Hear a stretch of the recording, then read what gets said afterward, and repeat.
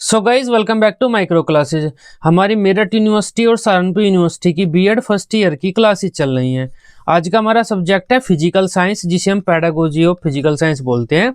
इस सब्जेक्ट का आज का हमारा टॉपिक रहेगा वैश्वीकरण तथा विज्ञान क्या होता है, वैश्वीकरण का क्या अर्थ होता है और वैश्वीकरण में विज्ञान की क्या भूमिका होती है।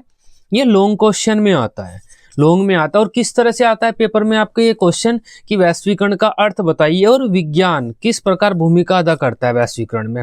इस तरह से लॉन्ग क्वेश्चन आपके फिजिकल साइंस के पेपर में आता है। ये इसका आंसर कैसे लिखना है आपको, सबसे पहले वैश्वीकरण के बारे में आपको हल्का सा बता देना है कि वैश्वीकरण का क्या अर्थ होता है, फिर विज्ञान का अर्थ बता देना है और बाद में आप इस तरह से लिख सकते हैं कि वैश्वीकरण की प्रक्रिया में विज्ञान की भूमिका।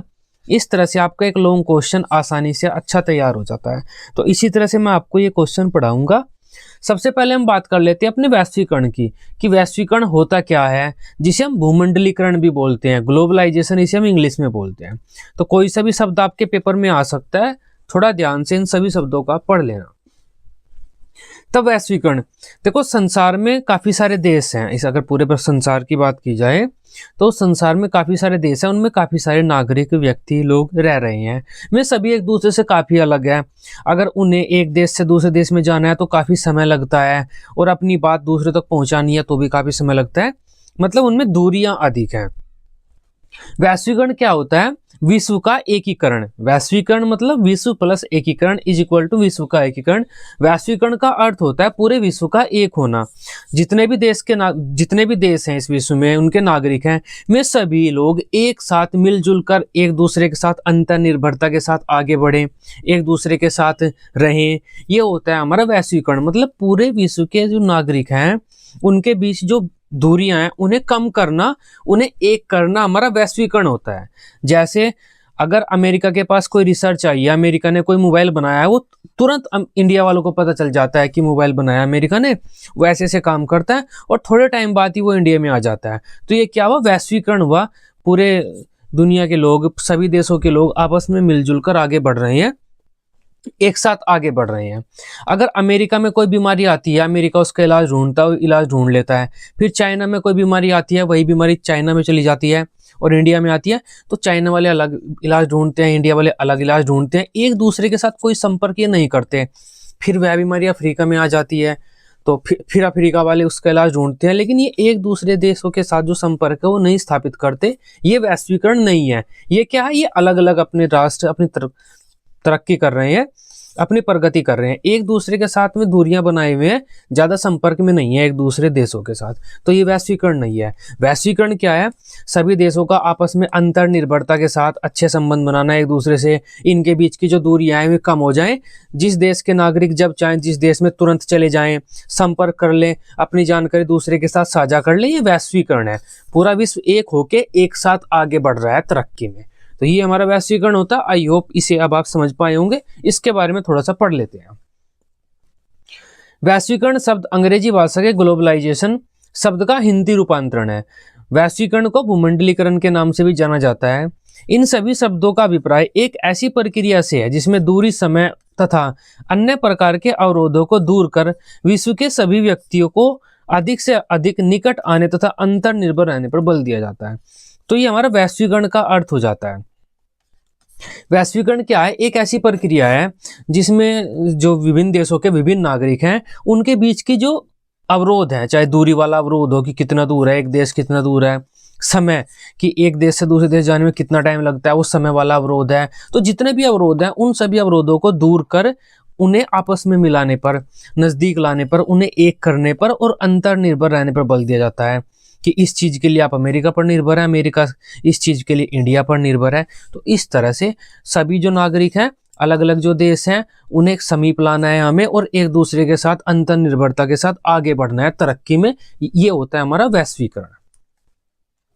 अतः वैश्वीकरण का अर्थ सभी देशों के नागरिकों के करीब आने तथा आपस में अपनी जानकारी को साझा करने से होता है। वैश्वीकरण के अर्थ को और अधिक स्पष्ट करने के लिए कुछ विद्वानों ने वैश्वीकरण को निम्न रूप में अपने शब्दों में स्पष्ट किया है। तो अब हम अपनी डेफिनेशन दे देते हैं दो कि डेफिनेशन क्या क्या होती है वैश्वीकरण की।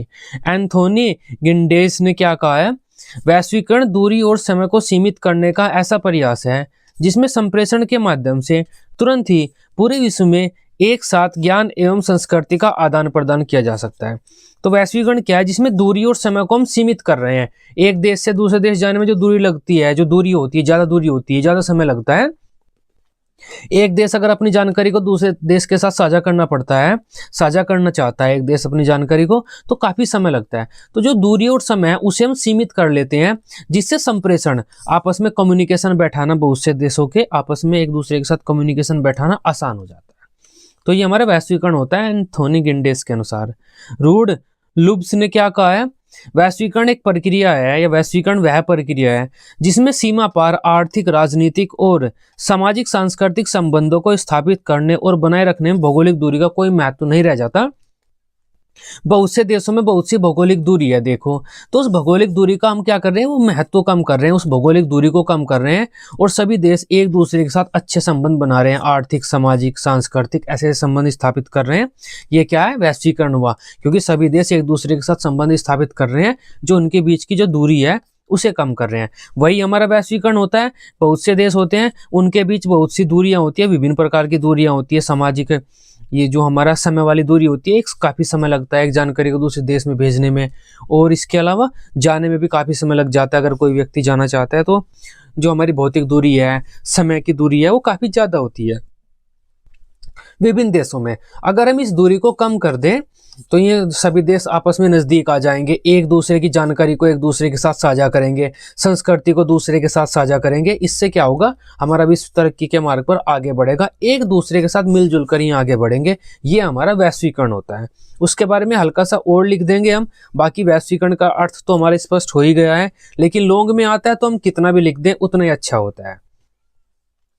उक्त परिभाषाओं के आधार पर कहा जा सकता है कि, ये की लगा लेना आप यहाँ पर, वैश्वीकरण का अभिप्राय किसी देश के लोगों को विश्व के अन्य देश के व्यक्तियों से जोड़ने से होता है। तो हम एक देश के लोगों को अन्य सभी देशों के व्यक्तियों से जोड़ रहे हैं, ज्यादातर जितनों के साथ भी हम जोड़ सकते हैं, जिससे व्यावसायिक क्रियाओं पर विश्व स्तर पर विस्तार हो सके, देशों की प्रतिस्पर्धात्मक अक्षमता का विकास हो सके, तथा समुदाय के बीच संस्कृति और ज्ञान का आदान प्रदान हो सके।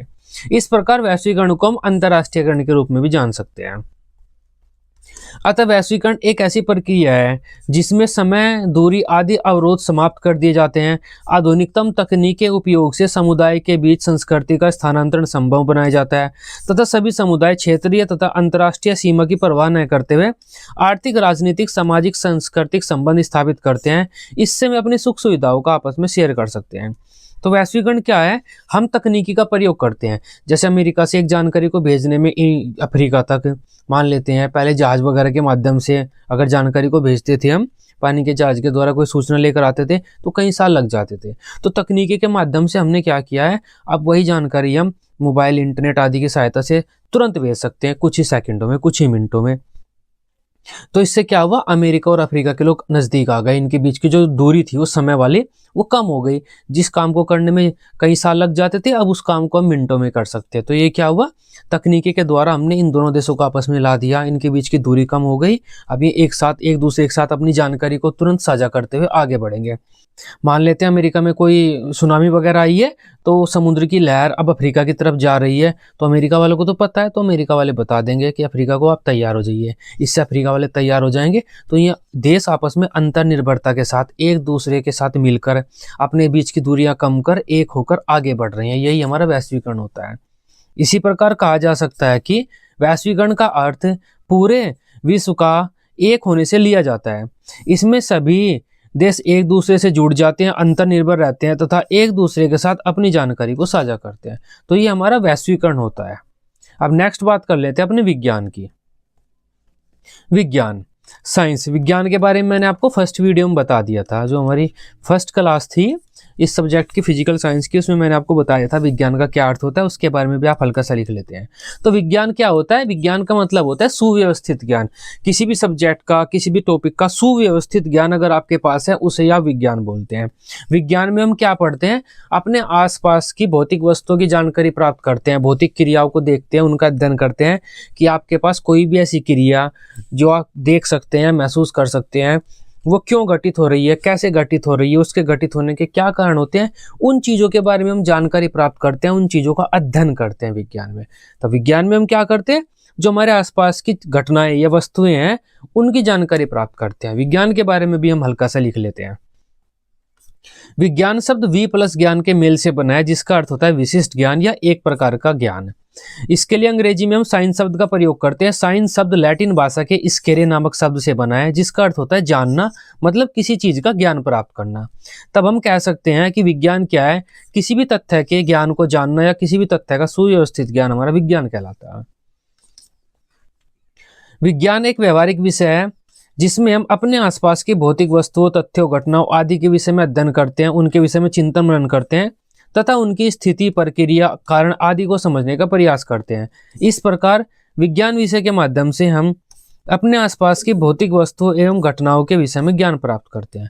तो ये मैंने आपको बता दिया, विज्ञान के माध्यम से हम क्या करते हैं, जो हमारे पास आसपास की भौतिक वस्तुएं हैं या घटनाएं हैं वे क्यों घटित हो रही हैं, क्या कारण है, उनकी स्थिति ऐसी क्यों है, उसके बारे में हम जानकारी प्राप्त करते हैं। 2 डेफिनेशन यहाँ पर लिखी हुई है, ये भी आप लिख सकते हैं पेपर में। डैम्पियर ने क्या कहा है, विज्ञान प्राकृतिक विषय का व्यवस्थित ज्ञान एवं धारणाओं के मध्य संबंधों का तार्किक अध्ययन है जिसमें यह व्यक्त होते हैं। तो इन्होंने सही कहा है कि जो प्राकृतिक चीजें होती हैं, हमारी घटनाएं वगैरह, उनका व्यवस्थित ज्ञान है विज्ञान। हेक्सले ने क्या कहा है, मैं तर्क तथा प्रमाणों पर आधारित ज्ञान को विज्ञान मानता हूँ। हेक्सले ने ये कहा है, अगर कोई ज्ञान सही है, तर्क के द्वारा, प्रमाणों के द्वारा उस ज्ञान को हम सिद्ध कर सकते हैं, तो उस चीज को मैं विज्ञान मानूंगा। दोनों परिभाषा अच्छी है। अब अपनी मेन हेडिंग की बात कर लेते हैं। अब हमने क्या पढ़ लिया, वैश्वीकरण पढ़ लिया। वैश्वीकरण क्या होता है कि सभी लोग एक दूसरे के बीच की दूरियां कम कर आपस में नजदीक आ रहे हैं, एक हो रहे हैं और एक होकर एक दूसरे के साथ अंतर्निर्भरता के साथ आगे बढ़ रहे हैं। ये होता है हमारा वैश्वीकरण, पूरे विश्व का एक होना। अब हमने विज्ञान पढ़ लिया। विज्ञान क्या होता है, एक तरह से तकनीकी होती है। विज्ञान क्या करता है, चीजों को समझकर हमें तकनीकी के माध्यम से नए उपकरण वगैरह प्रदान करता है। अब हमसे ये पूछा जा रहा है कि वैश्वीकरण में विज्ञान किस प्रकार भूमिका अदा करता है। देखो, विज्ञान काफी अच्छी भूमिका अदा करता है वैश्वीकरण में। वैश्वीकरण में क्या होता है, काफी सारे देश होते हैं, अलग अलग होते हैं, और विज्ञान के द्वारा हम क्या करते हैं, नई यंत्र उपकरणों का निर्माण कर लेते हैं। तो इन देशों को हम नजदीक ला सकते हैं। जैसे यातायात के साधनों के द्वारा यहाँ से यहाँ तक जाने में कई साल लगते थे, अब 2 घंटे में जा सकते हैं हम एक देश से दूसरे देश में।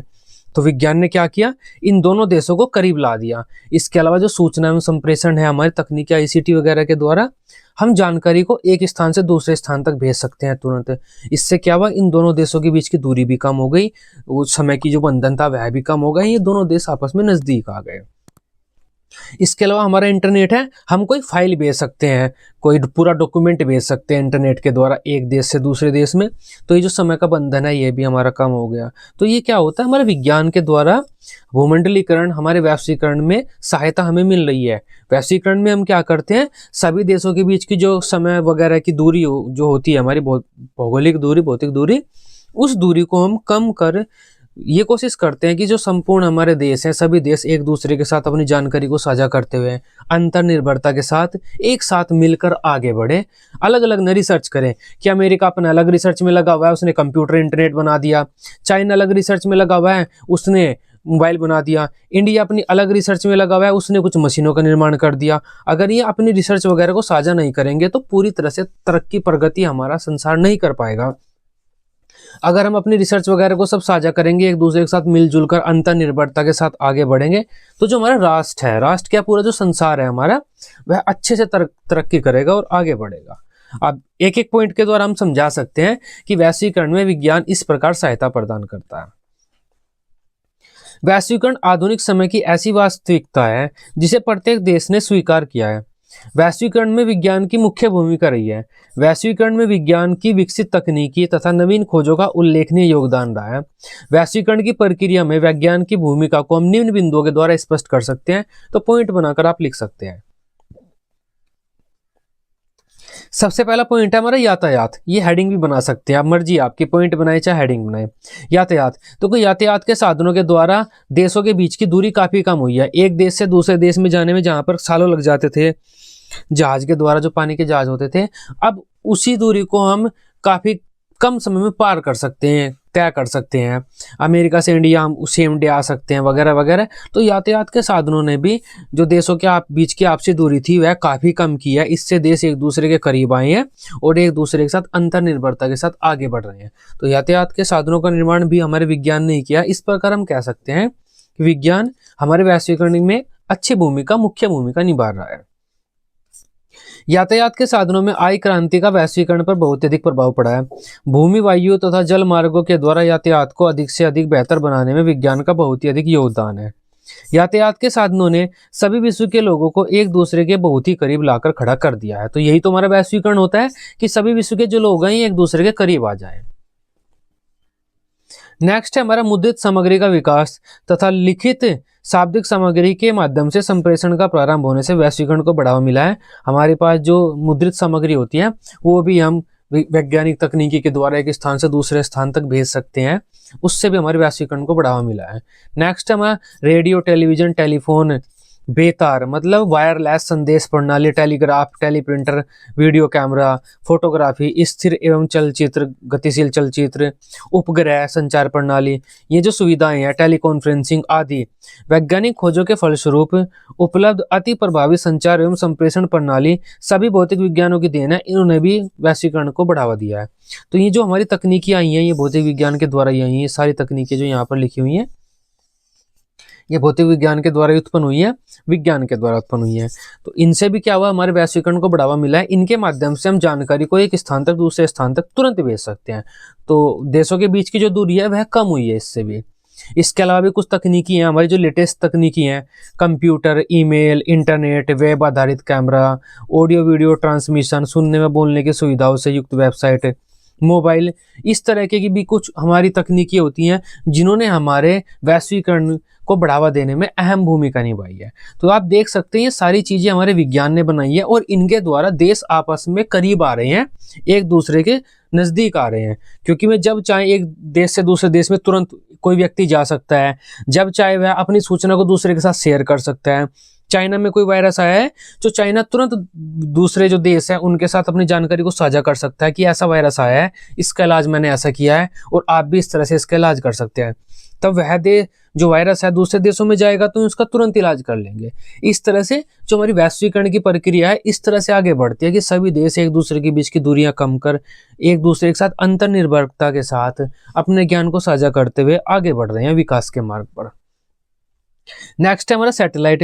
सैटेलाइट के माध्यम से आपदाओं की जानकारी मिलती है। तो अमेरिका देख लेता है कि इंडिया के ऊपर चक्रवात वाला कुछ बन रहा है तो अमेरिका से सूचना आ जाती है इंडिया में कि आपके वहां पर चक्रवात टाइप में कुछ बन रहा है तो उस एरिया को आप सेव कर लीजिए। तो ये भी सैटेलाइट के द्वारा भी हमारे वैश्वीकरण में काफ़ी मदद मिलती है।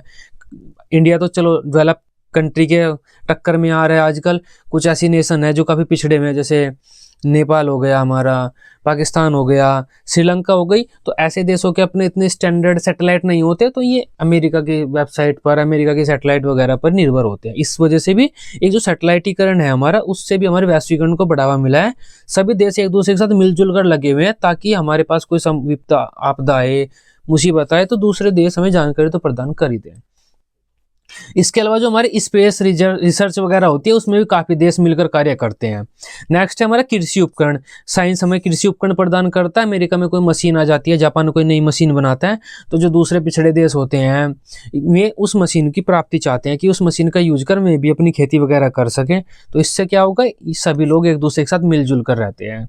सुरक्षा सामग्री प्राप्त करने के लिए भी एक दूसरे पर निर्भर रहते हैं। अमेरिका हमारे फाइटर जेट वगैरह बनाता है, युद्ध में लड़ने के लिए सामग्री दूसरे देशों को प्रदान करता है। तो दूसरे देश हैं एक दूसरे के साथ अंतर्निर्भरता के साथ आगे बढ़ रहे हैं कि हम आपको ये दे देंगे, आप हमें भी लड़ाई के सामान दे दीजिए।